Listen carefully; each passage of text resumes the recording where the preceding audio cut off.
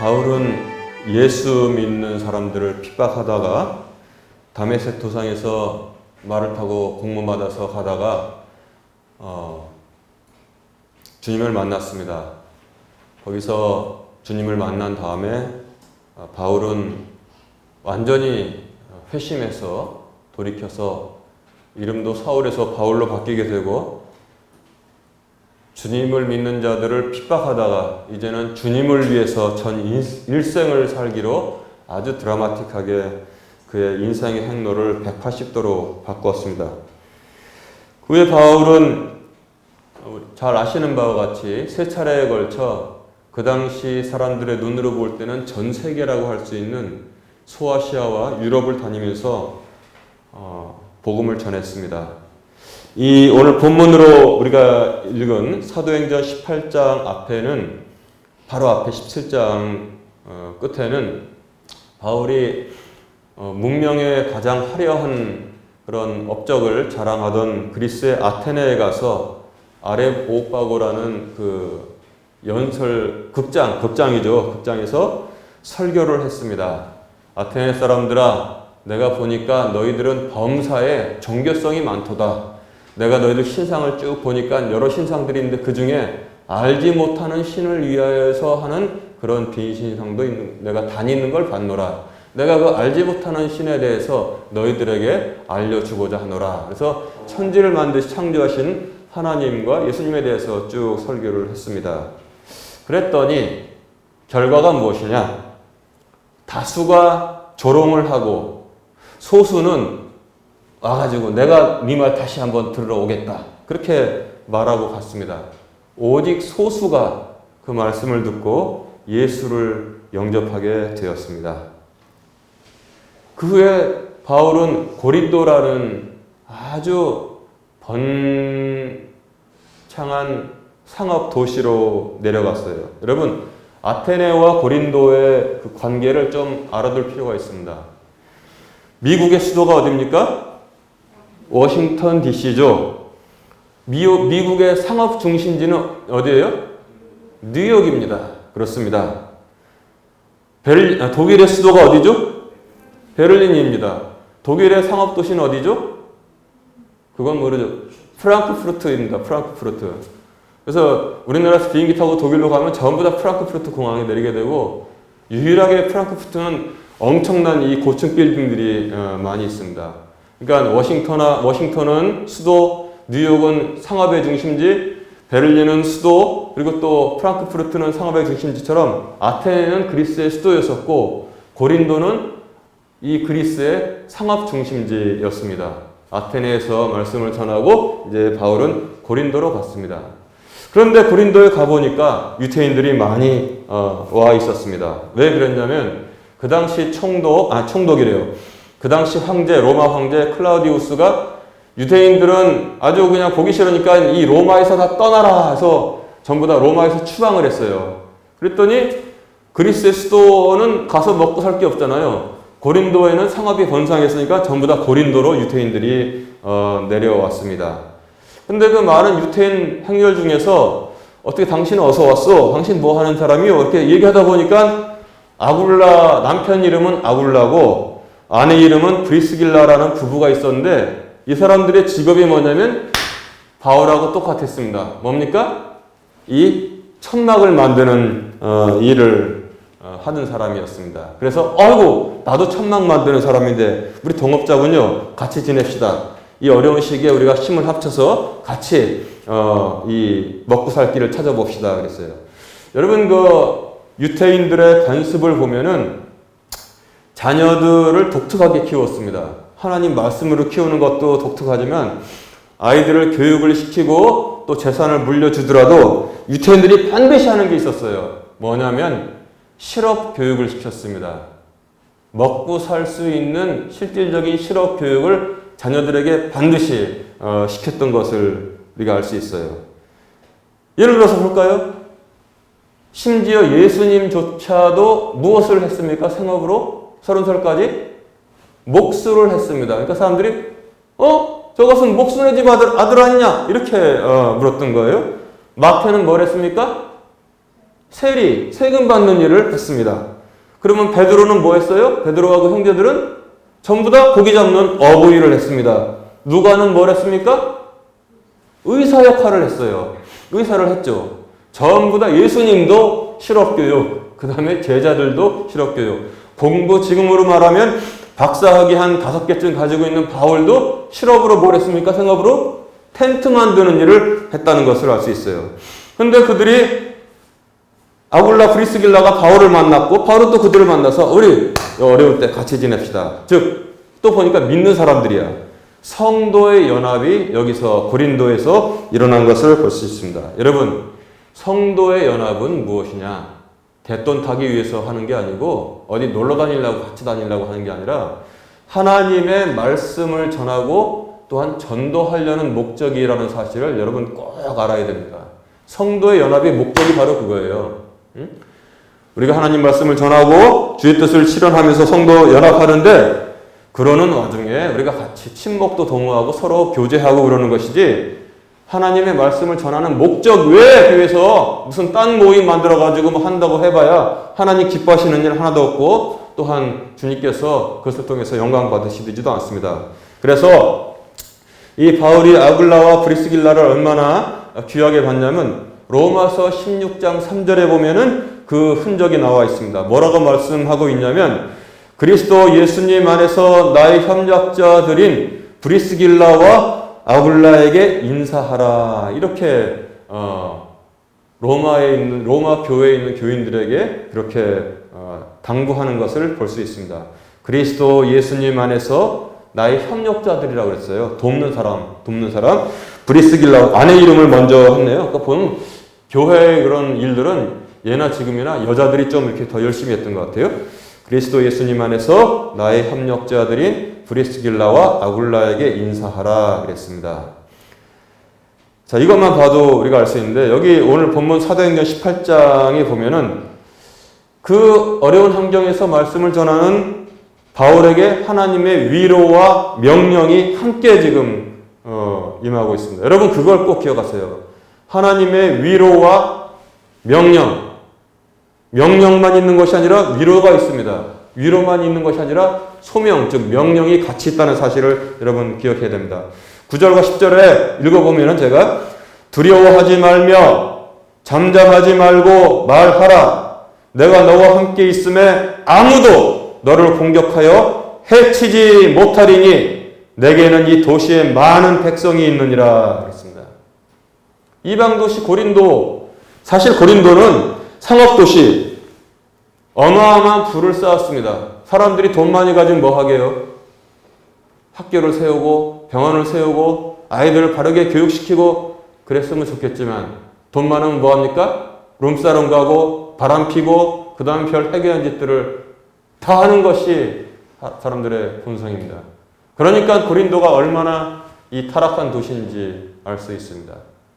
그래서 로마 속담에 그런 속담이 있었어요. 남자를 망치고 싶으면 고린도로 보내라. 이런 속담이 있을 정도로 그 도시는 우리들의 눈에 볼 때는 타락한 도시 같지만 하나님께서 뭐라고 말씀하셨냐면 내게는 이 도시에 많은 백성이 있느니라. 하나님이 사랑하시지 않는 지역이 없고 인종들이 없다는 사실을 우리가 알 수 있습니다. 내게는 이 도시에 많은 백성이 있느니라. 이 비슷한 말 구약에서 들어본 적 있습니까? 이 비슷한 말? 어디입니까? 요나서인 것입니다. 요나서. 요나가 니느웨 백성을 쳐서 대언하라고 보냄을 받았을 때 가기 싫었습니다. 저 원수 같은 것들. 그래서 반대쪽으로 가는 배를 타고 도망갔는데 배가 풍랑을 만나니까 나중에 요나가 밑에 선실에서 잠자고 있다 양심에 찔려서 이것이 모두 나 때문이니까 나를 바다에 던지시오. 그렇게 말했습니다. 선원들이 한번 어떻게 사람을 또 바다에 던져요. 최대한으로 해보려고 했는데 하나님이 보내시는 바람을 어떻게 감당합니까? 할 수 없이 미안합니다 선생님 그리고 들어가지고 바다에다 팍 던졌습니다. 그랬더니 거기 뭐가 와 있었어요? 잠수함처럼 큰 고기를 하나님께서 보내셔서 입 딱 벌리고 대기하고 있다가 요나를 꿀꺽 삼켰습니다. 그리고 바닷속으로 쭉 잠수를 했어요. 요나가 거기서 깊은 회개의 기도를 올렸습니다. 하나님, 내가 깊은 중에서 내 머리카락이 해초에다 쌓이고 내가 죽게 회개하나이다. 그래서 회개를 딱 받으신 다음에 물고기가 먹은 게 소화가 잘 안 돼가지고 강을 따라 올라서 참 뭐 하나 먹었는데 이놈 되게 소화가 안 되네. 콱 토해놨더니 뭐예요? 거기가 바로 니느웨였었습니다. 그러니까 하나님의 명령 받은 건 있고, 그래서 이제 요나가 다니면서 그래도 그 사람들을 미워하는 말이 있으니까 대충 다니면서 회개하라, 천국이 가깝다 이놈들아, 너희들 다 이제 망할 것이다 하고 다녔습니다. 요나의 마음에는 뭐냐면 하나님 말씀은 전했지만 그들이 회개하지 않고 망하길 바랬습니다. 그런데 이게 웬일입니까? 막 소문이 나더니 임금 왕에게 귀에까지 들어갔습니다. 왕이 그 말 듣고 가슴이 찔려가지고 야, 우리 강포한 자들이니까 전부 회개하라. 전부 머리에다 재를 뿌리고 굵은 베옷을 입고 심지어 가축들까지도 전부 이 굵은 베옷을 다 입히고 회개하러 먹지도 말아라 하고 회개를 했습니다. 이 역사가 일어난 거예요. 처삼촌 그 산소 벌초하듯이 대충 말씀을 전했는데 놀라운 역사가 거기서 일어났습니다. 요나는 이제 그 성이 어떻게 이제 하늘에서 내려오는 불덩이에 소돔과 고모라처럼 망하는지를 구경하려고 동산에 올라서 이제 관람석을 딱 만들고 로얄 박스를 만들었죠. 그 다음에 이제 딱 구경하고 있었습니다. 이놈들이 이제 어떻게 망하는지 한번 좀 봐야겠다. 나는 내 할 일 다 했고 망하는 걸 봐야겠다. 그랬더니 거기서 박넝쿨이 나더니 우리가 이제 박넝쿨 보면 이렇게 크잖아, 잎이. 그게 또 이렇게 쭉 이렇게 가려졌어요. 그러니까 그늘까지 생기고 요나가 아주 구경하기가 참 좋게 됐거든요. 그래서 아이고 이 그늘까지 생기고 좋구나. 어서 빨리 망해라. 하늘에서 왜 불이 안 내려오나. 그리고 구경하고 있었는데 또 하나님께서 벌레를 예비해서 벌레가 다 박넝쿨 잎사귀를 다 갉아먹어서 다 떨어지니까 뜨거운 햇볕이 요나의 머리에 다 쬐게 되었습니다. 그때 요나가 막 화를 내가지고 하나님, 그냥 저를 죽여주세요. 그때 하나님께서 하시는 말씀인 거예요. 이 도시에는 좌우를 분간 못하는 사람들이 얼마나 많고 또한 가축들도 많지 아니하냐 했습니다. 제가 이 말씀 준비하면서 이걸 읽으니까 그 생각이 나더라고요. 오늘 사도행전 18장 9절 이하에 보니까 내게는 이 도시에 많은 백성이 있느니라 그랬습니다. 그래서 바울이 여기서 이 소명을 또 받은 것입니다. 근데 그 도시에서 크게 전도는 되지 않았는데 교회당, 우리로 치면 교회당 옆집이 있었어요. 교회랑 딱 붙은 집이.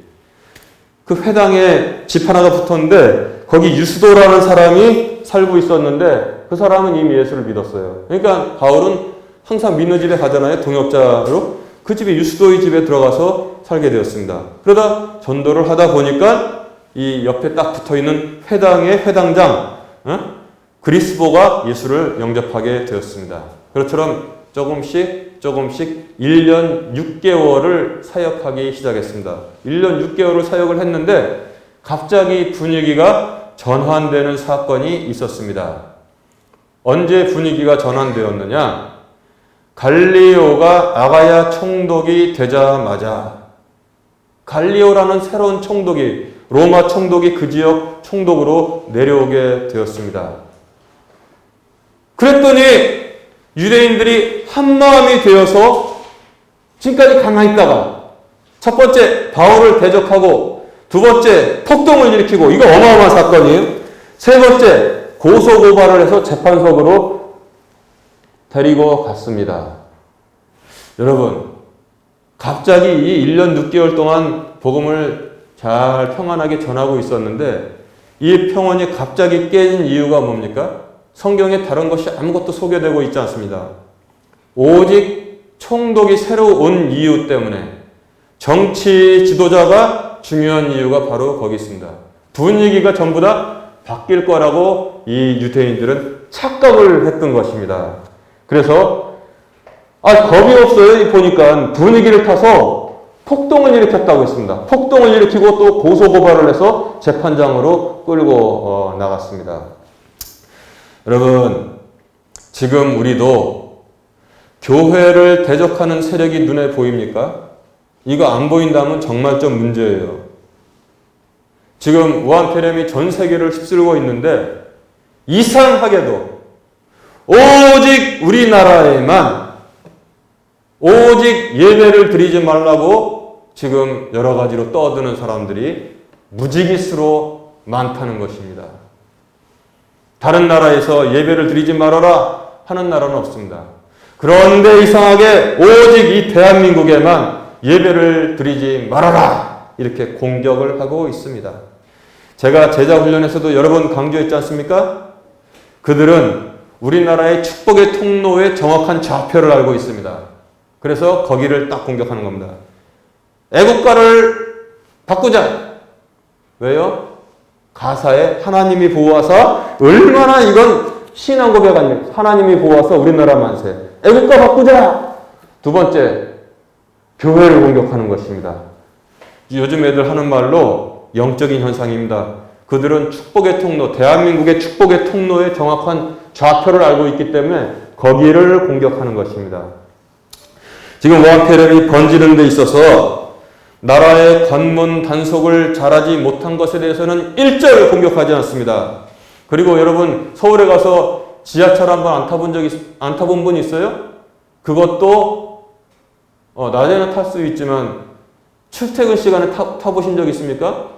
옆 사람하고 뽀뽀할 정도로 바짝바짝 붙어서 그렇게 1시간, 2시간 가는데 지하철 버스를 운행 중단해야 된다는 공격은 아무것도 없습니다. 또 일주일 내내 직장에 나가서 하루 종일 마주보면서 근무하는 직장을 폐쇄해야 된다는 공격은 아무것도 없습니다. 긴 시간 붙어 앉아서 노래하는 노래방 공격하는 사람들 아무것도 없습니다. 극장을 문 닫아야 된다고 공격하는 사람들 아무것도 없습니다. 수많은 인파들이 몰려오는 마트를 문 닫아야 된다고 하는 사람들 아무것도 없습니다. 그러나 일주일에 한 번 모여서 1시간 예배 드리는 것은 부지기수로 공격을 해야 되고 있습니다. 왜 크리스천들은 이런 것을 모르고 그냥 가만히 있냔 말입니다. 그리고 마치 죄 지은 것처럼 이렇게 다니고 있습니다. 재밌는 게 있어요. 이 이단 신천지에서는 어마어마한 피해를 국가에 주었지만 여러분 잘 기억해야 돼요. 제일 먼저 교회에서 감염자가 발생한 것은 종로에 있는 명륜교회입니다. 명륜교회 중국에 여행 갔다 온 사람이 교회에서 예배를 드렸다는 거예요. 여러분 명륜교회에서 이 환자들이 쏟아져 나왔다는 얘기 들어본 적 있습니까? 뉴스? 아무것도 없어요. 또 문제가 됐던 게 뭡니까? 저기 무슨 동이지? 명일동의 큰 교회. 명성교회 맞습니다. 명성교회 부목이 어디 저기 청도에 장례식장 갔다 왔는데 명성교회 부목이랑 1분 엘리베이터에 같이 탄 사람들이 걸렸다 뭐 그렇게 소문이 났잖아요. 그리고 뭐 부목사들이 걸리고 교인들이 걸렸다. 나중에 처치타임스라는 그런 그 매체에서 어떤 김효정 기자가 조사를 해서 발표했는데 기가 막힌 일이 일어났다는 거예요. 다시 조사를 해봤더니 그 부목사도 음성이고 엘리베이터에 같이 탄 사람도 음성이고 그 다음에 교회에 있는 부목사들, 교인들 전부 다 음성에 나왔다는 것입니다. 그래서 그 기자는 어떻게 말하고 있냐면 이것은 바로 이것과 이것을 구분했던 6월절 사건하고 똑같다라고 이렇게 자기가 판단을 했는데 저는 굉장히 많은 공감을 했습니다. 여러분 명륜교회에서 환자가 쏟아져 나왔다는 얘기 들어본 적 있습니까? 제일 첫 번째 교회 감염자인데 그리고 또 명성교회에서 환자들이 쏟아져 나오면 지금 얼마나 지금 난리를 치겠어요? 없어요. 그런데 신천지는 어마어마하게 나오고 있습니다. 이처럼 뽀뽀할 듯이 가까이 붙어 다니는 지하철 버스 하루 종일 근무하는 직장 내에서는 전혀 공격하지 않는데 일주일에 1시간 예배 드리는 교회는 엄청나게 지금 예배 드리지 말라고 협박하면서 공격하고 있다는 것입니다. 그래서 제가 옛날에 오스기니스, 신학자 오스기니스의 말을 빌어서 전달했지 않습니까? 지금 우리는 최초로 문명화되고 최초로 세계화된 반기독 세력을 지금 맞아서 싸우고 있는 중이다. 그랬습니다. 최초로 문명화되고 최초로 세계화된 반기독 세력과 싸우고 있다고 했습니다. 그러니까 이 유대인들도 갈리오가 세총독으로 오니까 요때다 해가지고 아니 무슨 일이 일어났어요 지금. 가만히 있다가 바울을 대적하고 폭동을 일으키고 그 다음에 재판석으로 끌고 가서 고소고발을 막 남발하게 되었던 것입니다. 그래서 제가 갈리오가 문제가 있구나 해서 제가 갈리오를 좀 찾아봤더니 유대인들은 이 사람의 편파성에 대해서 의지를 했던 것 같은데 갈리오에 관한 역사적인 기록은 재밌는 게 있어요. 그가 네로의 가정교사 세네카의 형이었었다는 것입니다. 네로의 가정교사 세네카, 유명한 사람이잖아요. 로마의 문인, 그리고 철학자 세네카의 형이었습니다. 형이었는데 그 세네카가 자기 동생 갈리오에 대해서 어떻게 평하고 있었냐면 그는 인격이 뛰어나고 굉장히 평온한 사람이다. 그렇게 평을 한 기록이 있다는 것입니다. 그리고 자기 동생에게 이 책도 써가지고 헌정할 정도로 형을 아꼈습니다. 동생을 아꼈습니다. 결국 아니나 다를까 갈리오는 어떤 판결을 내렸느냐? 각하 판결을 내렸습니다. 이거는 내가 재판할 거리가 아니다. 너희들이 알아서 해라 하고 보냈던 것을 볼 수 있어요. 여러분 재판하면은 뭐 승소, 패소 그런 게 있고 중간에 또 하나가 뭐 있냐면 각하라는 게 있어요. 예를 들어서 우리 옆집 남자가 코수염을 기르고 다녀서 그 사람 볼 때마다 기분이 나쁩니다. 재판 걸면 재판장이 뭐라 그래요? 당신 이겼어, 당신 졌어 안 한단 말이에요. 각하. 그건 너희들이 알아서, 그건 뭐 개인의 자유인데 무슨 이런 걸 가지고 저기 합니까? 각하 한단 말이에요. 응? 얘가 잘 됐는지 모르지만. 자, 그런데 갈리오는 관심이 없었습니다. 그래서 너희들 이것이 법률 위반하는 거나 그 다음에 음탕한 일, 즉 풍속에 관한 범죄라면 내가 재판을 하겠지만 너희들을 명칭에 관한 것이고 그 율법에 따라 관한 것이면 알아서 해라. 각하를 했습니다. 재판 안 하겠다. 나가 그랬어요. 그랬는데 여기 재미있는 기록이 또 하나 있습니다. 유태인들은 뭐예요? 바울을 때렸습니까? 안 때렸습니까? 재판석에서 못 때렸습니다. 왜냐하면 유태인들은 자기들의 처지를 알고 있었습니다. 우리는 로마에서 쫓겨난 사람들이고 항상 어디를 가든지 미움을 받는 존재들이라는 것을 알았습니다. 그래서 감히 재판정에서 바울을 폭행하지 못했습니다. 그런데 옆에서는 뭐예요? 그리스인들이 소스데네를 갖다가 막 때리고 죽여박았다고 지금 성경이 전하고 있지 않습니까? 폭동은 유태인들이 눈치를 보다가 갈리오가 세특력이 되니까 대적하고 폭동을 일으키고 고소고발을 했는데, 그런데 정작 나는 이런 재판 안 하겠다, 나 나가라 하니까 유태인들은 위축돼 있었던 거예요. 근데 그리스인들은 그냥 재판정이고 뭐고 소스데네를 때리면서 네가 왜 이상한 걸 믿으면서 이렇게 저기 하냐. 묘하게 구분되지 않습니까? 자기들이 불리하고 위험한 존재라는 사실을, 위축된 존재라는 사실을 알고 있으면서도 눈치를 싹 봐서 새총독이 오면은 뭔가 될 것 같으니까 막 일으키다가 새총독이 나가라! 나 재판 안 한다 그러니까 아이들 하는 말로 깨게 행돼가지고 바울을 건드리지도 못했습니다. 그런데도 불구하고 그들이 폭동을 일으켰다는 것입니다. 이제 말씀을 정리합니다. 지금 공익이라는 가장 되기 좋은 이유, 즉 미명하에 진짜 책임질 자들은 뒤로 딱 숨기고 언제나 그들의 목표는 뭡니까? 예배 회방, 예배 방해로 가는 공통점이 있다는 사실을 여러분 잘 알아야 돼요. 지금은 미혹의 세대고 깨어서 근신하라라는 말씀이 이러한 현상을 잘 구분하라는 그런 말씀인 것이지, 아침 6시에 일어나라, 5시에 일어나라 그런 말씀이 전혀 아니라는 것입니다. 현실을 직시해야 되는 것입니다. 지금은 시험의 때인 것입니다. 그럼에도 불구하고 하나님께서는 우리를 항상 보호하십니다. 오늘 사도행전 18장 9절과 10절을 통해서 바울에게 말씀하신 말씀 그대로 우리에게 해주시고 있습니다.